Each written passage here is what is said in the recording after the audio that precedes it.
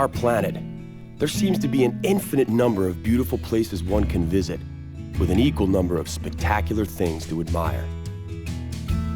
It requires nothing more than a curiosity to observe what is all around you. The miracle of nature manifests in countless ways, from breathtaking vistas to the simple movements of a common heifer.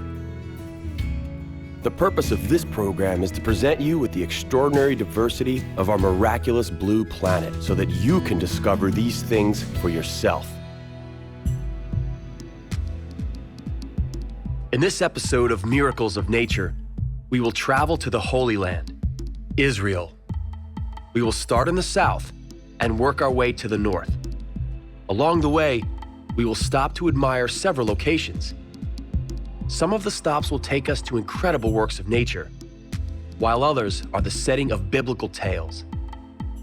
We will also present places that are associated with historical turning points. We begin today's episode in the picturesque desert oasis of Ein Gedi, where King David found his refuge. In the north of Israel, we will climb the Golan Heights, whose natural beauty, sadly, is overshadowed by the ongoing conflict. We will conclude our Holy Land pilgrimage on the shores of the Sea of Galilee, tracing the footsteps of Jesus.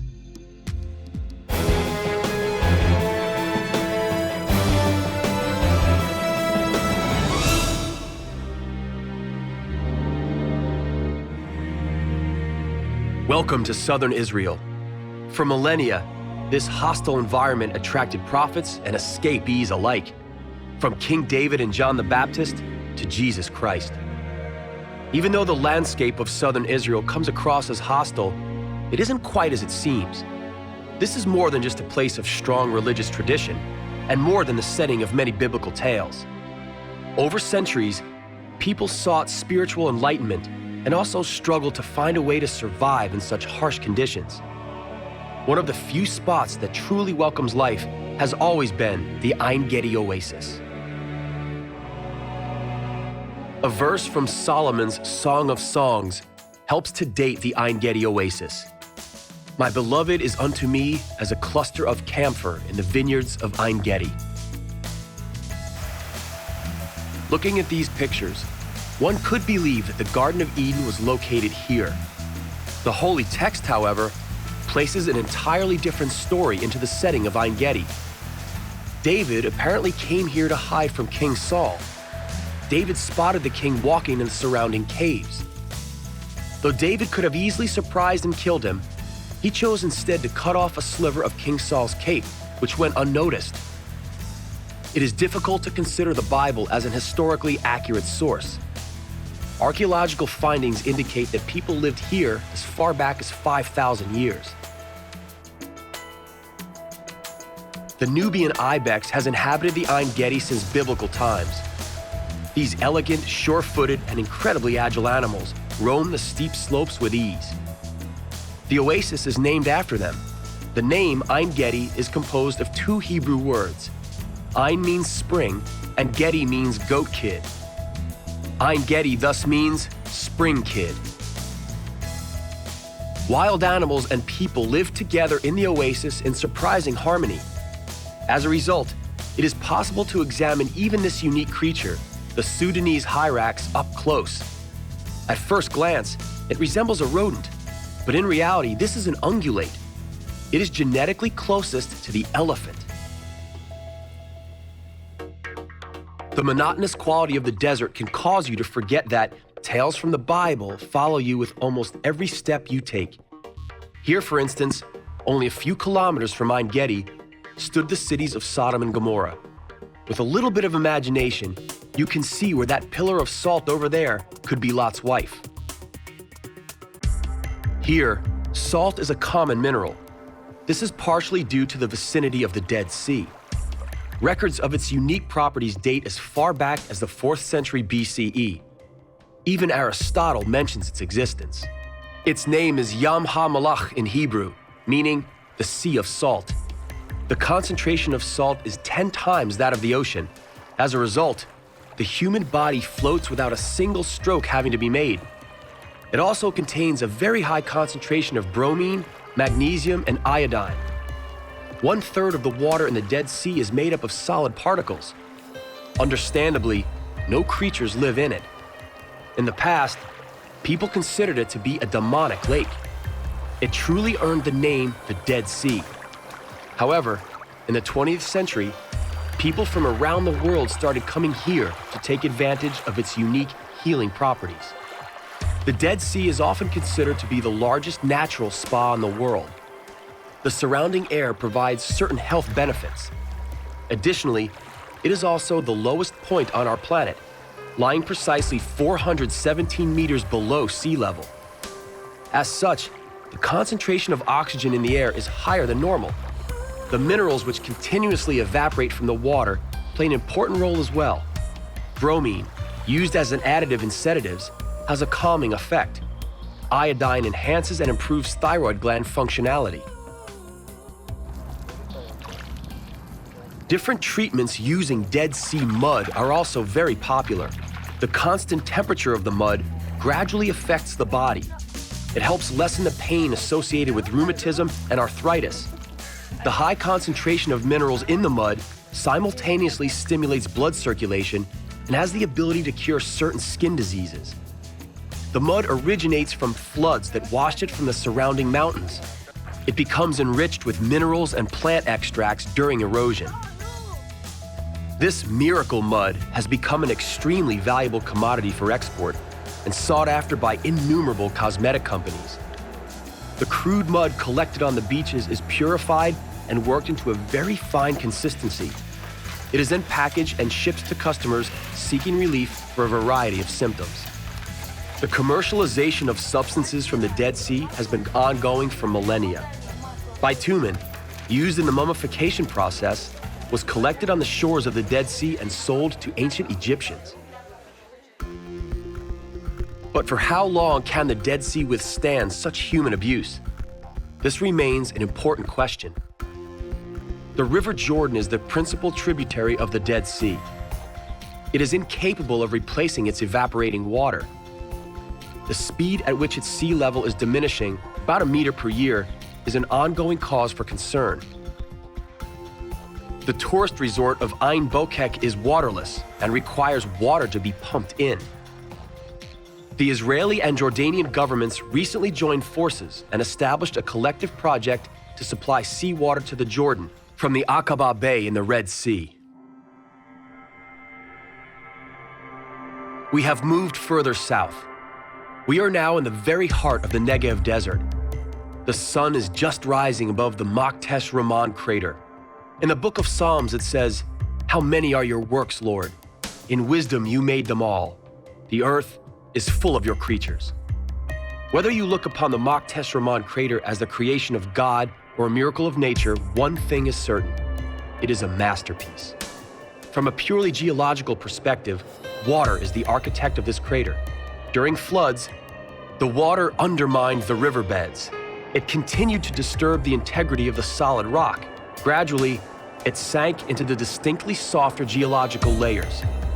Beautiful mesas remained, standing as witnesses to the ruthless work of time. Yet another stunning example of geological effects in the area is the so-called Carpenter's Workshop. This unique rock formation was shaped by geological pressure in such a way that it resembles processed pieces of wood, hence the name.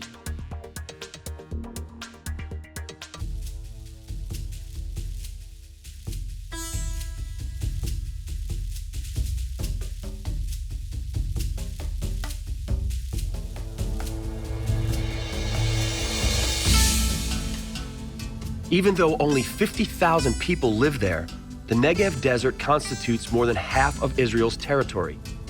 At first sight, the Negev Desert comes across as an entirely hostile environment unsuitable for life. On closer inspection, we realize that it can be considered a botanical garden. The local flora consists of 1,500 different plant species, all of which are well adapted to life in desert conditions. They survive on a minimum amount of water. The beautiful flowers of the Sitfanit are no exception. The name of this flower is derived from the Hebrew word for autumn. It blooms at the very end of summer, announcing the onset of a new season. The crown of thorns Jesus wore was weaved from its boughs. It was a welcome source of nutrition to the Nabateans passing through on their trading missions. The Nabateans were successful merchants. In the 3rd century BCE, they imported spices and other valuable items from India. Their caravans often numbered 1,000 camels, each hauling a load of 300 kilos. And so, in today's terms, a single caravan carried goods worth millions of dollars. What you see right here are the remains of the so-called incense route. It wound 2,400 kilometers from Oman to Yemen via Saudi Arabia, Jordan, and the Negev Desert, all the way to the port of Gaza. From there, the goods journeyed over the Mediterranean Sea into Europe. The Nabateans carefully guarded this route. Only they knew its secrets. At the time, a similar camp was established every 36 kilometers. The ancient merchants stayed overnight in them, gathering needed strength. Here, they treated themselves to well-deserved baths and feasts, and were entertained by tempting belly dancers.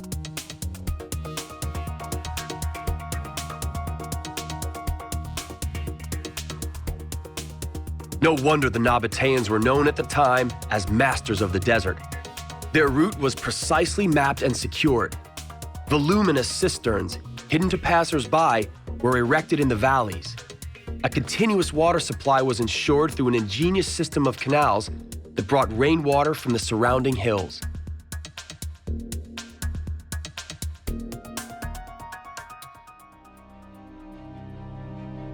The Nabateans were eventually swept aside from the incense route. The Romans set upon them such high taxes that the trade route became largely unprofitable. The merchants ended their nomadic ways and commenced building cities. The city of Avdat was such a city. By the way, it was right here in the ruins of this 2,300-year-old city where the famous musical Jesus Christ Superstar was filmed. Back to the Nabateans. Because of their trade routes, they acquired knowledge about the cultivation of wine, ceramics, and life in the desert. This made their settlement in the desert easier, as they could produce their own merchandise. They built their homes in the very heart of the Negev desert, complete with wine and olive terraces.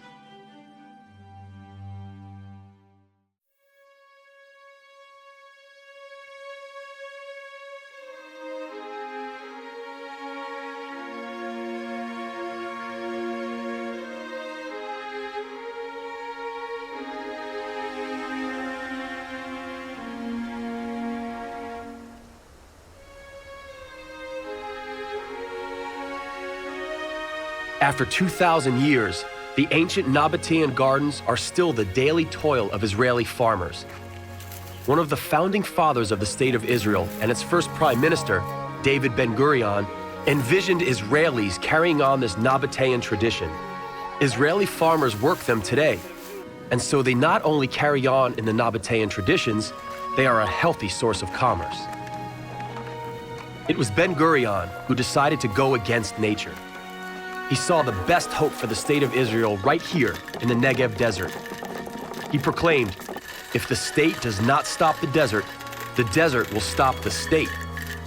As a result, he is also known as the father of the Negev. It is thanks to him that Israel is among the countries with the greatest experience in desert irrigation and the protection of fertile land. We will end our journey through the Holy Land at the grave site of David Ben-Gurion, located in the heart of his beloved Negev, above the Zin Valley in southern Israel. The surrounding hills are not as green as he might have wished, but the heritage of those who decided to take on the hostile nature and managed to make the Negev their home is an inspiring legacy to generations to come.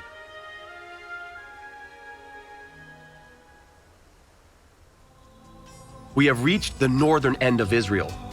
From the days of the 12 tribes of Israel, people hoped to settle on hills and highlands, believing that would bring them closer to the Lord. Even though the Golan Heights are part of the Holy Land, our interest in this area isn't spiritual in nature. The Golan Heights are of strategic military importance. Until recently, it was the center of Arab-Israeli conflict. The basalt plateau of the Golan Heights was raised by volcanic activity. It stretches from the Sea of Galilee all the way to the Lebanese border. In the east, the plateau reaches the capital of Syria, Damascus. It towers over the Israeli, Lebanese, and Syrian territory as a lookout post. It is therefore obvious that the country who controls the Golan Heights also has a military advantage over the surrounding states.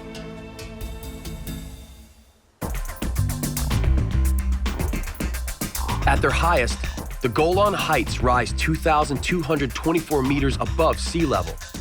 In the winter months of January through March, up to 2 meters of snow can fall, turning this war zone into a ski resort. It is nowhere near the sophistication of alpine ski resorts, but Israelis aren't snobbish, since it's the only slope within a radius of 3,000 kilometers.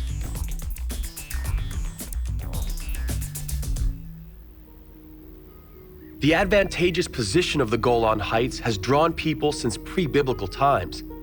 The 700 dolmens, erected 4,000 years ago by a civilization of ancient nomads, speaks testimony to that fact.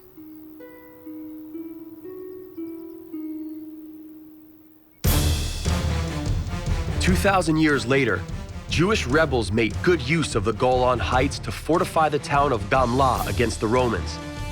The name Gamla comes from the Hebrew word meaning camel, because the hill we are currently standing on resembles a camel's hump. In the year 66 AD, the Romans attempted to conquer this city surrounded by impenetrable passes. They had to call upon 7 legions. Despite their large number of soldiers and their use of catapults, the rebels, barricaded within the city, withstood the onslaught of the Romans for days. In the end, however, the city fell when 3 Roman soldiers managed to undermine one of the city's towers. Its collapse allowed the fortress to be opened. According to the dramatic description of historian Joseph Flavio, the Romans savagely murdered 4,000 people, and the remaining 5,000 committed suicide rather than fall into Roman slavery. The ruins of the local synagogue, the oldest in the world, stands a silent witness of the terrible massacre. The strategic significance of the Golan Heights was once again important during the medieval Crusades. In the 12th century, the Syrians built the imposing fortress of Nimrod. Its main purpose was to guard the route from the Mediterranean Sea to Damascus against the 6th Crusade. The battles between Muslims and Christians over the dominion of the Holy Land only foreshadowed the cruel conflicts still to come in the 20th century.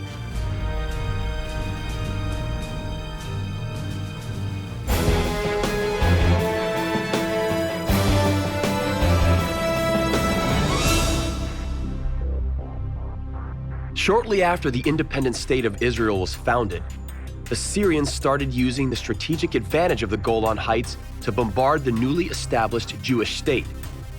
The conflict climaxed when on the 10th of June 1967, Israel attacked the Syrian positions and occupied the Golan Heights.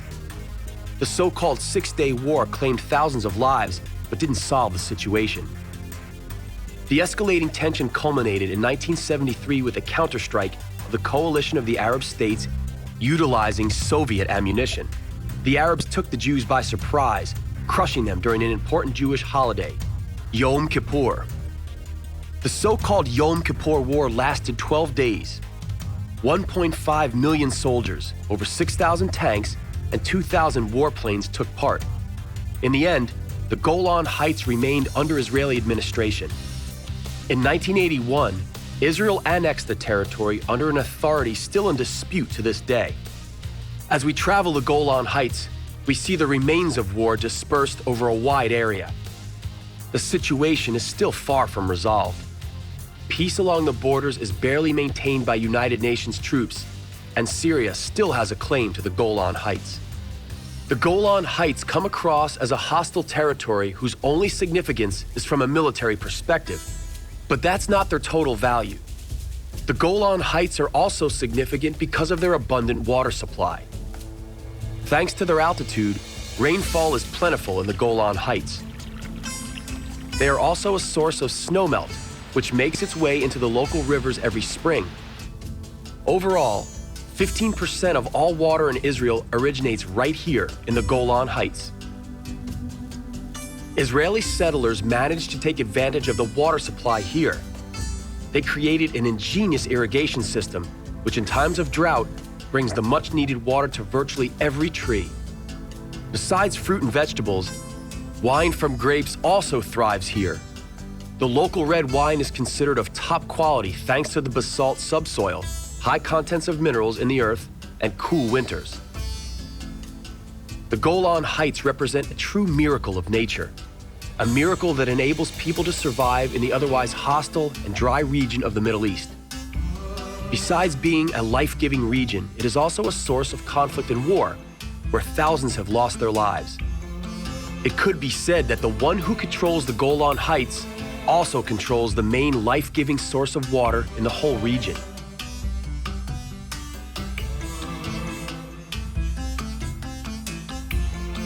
We move from the peaks of the Golan Heights to their foothills. We are now in a place where the River Jordan empties into the Sea of Galilee. The River Jordan originates in the north of the Golan Heights. Its 251-kilometer-long river basin, besides being the main source of fresh water for Israel and Jordan, is also the most fertile area in the entire Middle East. It is no wonder that the River Jordan has also become a significant spiritual symbol. The crossing of the River Jordan signifies the return to the promised land for the Jews. For Christians, it is inherently linked to John the Baptist and the tradition of baptism. The entire area where the Jordan River empties into the Sea of Galilee has an important significance to the Christian faith.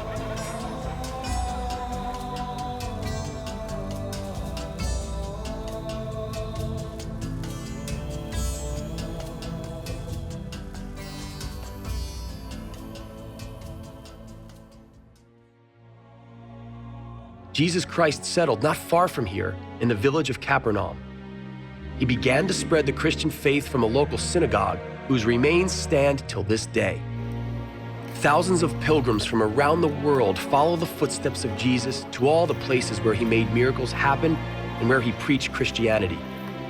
For example, here on this rock, in a place called Tagba, he fed 5,000 famished people with 2 fish and 5 loaves of bread.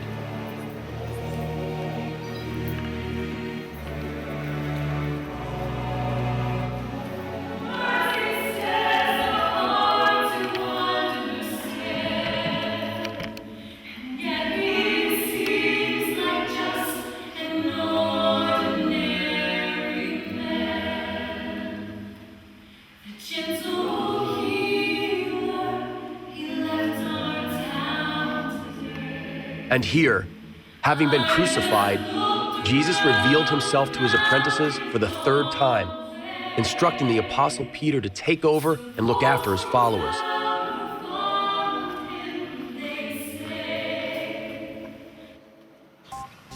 The fishermen of today sail out each morning on the Sea of Galilee in pursuit of fish. Sardines are the most common catch, but occasionally a larger fish will be caught, the best known as the tilapia. These were caught here as far back as the time of Jesus and so are stylishly referred to as St. Peter's fish. New species of fish, capable of cleaning the water, were introduced in recent years. This is because the Sea of Galilee, fed by the Jordan River, is a primary source of drinking water. Fishermen have fished these waters for generations. Their trade has become increasingly endangered in recent years. Due to the massive usage of its water, the Sea of Galilee is threatened with a similar fate as the Dead Sea. Its level has dropped by 3 meters in the last year alone, and the situation is now critical.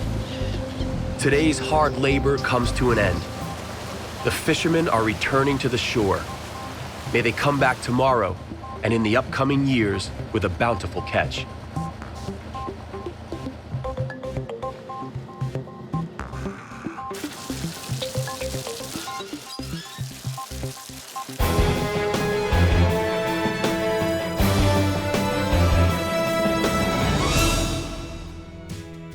Today's episode of Miracles of Nature has also come to its end.